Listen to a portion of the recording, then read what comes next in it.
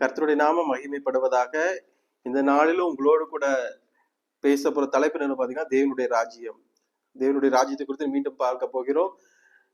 தேவன் உங்களோடு கூட இடைப்படுவாராக. தலைகளை தாழ்த்தி தேவனை நோக்கி பார்ப்போம். தகப்பனே, உமக்கு நன்றி செலுத்துகிறோம். இந்த வேலையிலும் ஆண்டவரே எங்களோடு கூட நீர் இடைப்பட வேண்டுமா ஜெபிக்கிறோம். பேசுகிற வார்த்தைகள் ஆண்டவரே, எங்களுடைய ஆண்டவரே இருதயத்தின் தியானம் எல்லாவற்றிலும் நீர் மட்டும் மகிமைப்படுவீராக. கேட்கிறவர்களுக்கு இது பிரயோஜனம் உள்ளதை மாட்டித்தாரும். இயேசுவின் மூலம் பிதாவே, ஆமேன். லூக்கா எழுதின சுவிசேஷம் 17ஆம் அதிகாரம் 21வது வசனத்துல நம்ம பாக்குறோம், தேவனுடைய ராஜ்யம் உங்களில் இருக்கிறதே. இயேசு கிறிஸ்து சொல்றாங்க. இயேசு கிறிஸ்து சொல்றாரு, இதோ தேவனுடைய ராஜ்யம் உங்களுக்குள் இருக்கிறதே. தேவனுடைய ராஜ்யம் வேற எங்கேயும் கிடையாது, அது நமக்குள்ளதான் இருக்கிறது.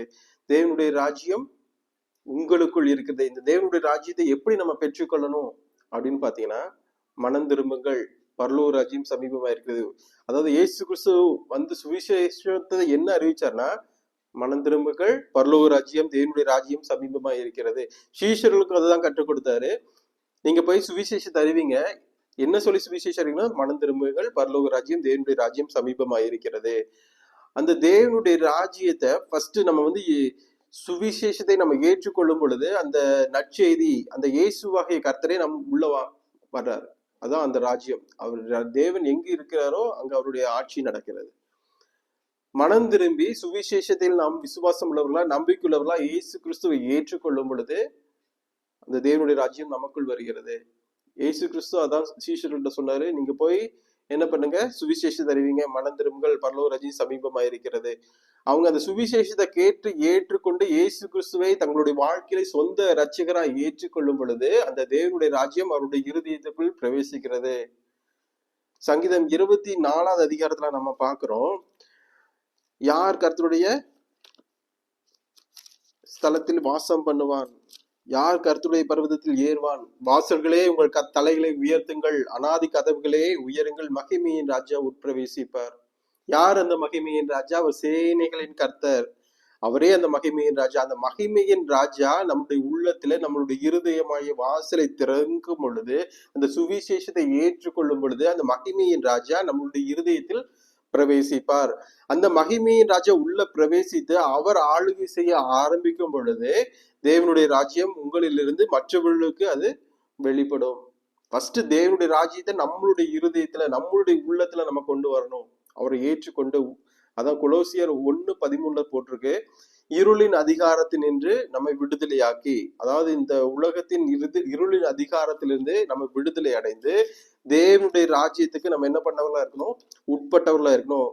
கொலோசியர் 1:13 அப்படிதான் போட்டிருக்கு. நம்ம வந்து இருளின் அதிகாரத்திலிருந்து ஒளியின் அதிகாரத்திற்கு, அதாவது தேவனுடைய ராஜ்யத்துக்கு உட்பட்டவர்களாய் நாம் காணப்படும் பொழுது தேவனுடைய ராஜ்யம் நமக்குள் கிரியை செய்கிறது. அந்த மகிமையின் ராஜா, அந்த சேனைகளின் தேவனாய கர்த்தர் உங்களிலிருந்து அவர் கிரியை நடப்பிப்பார்.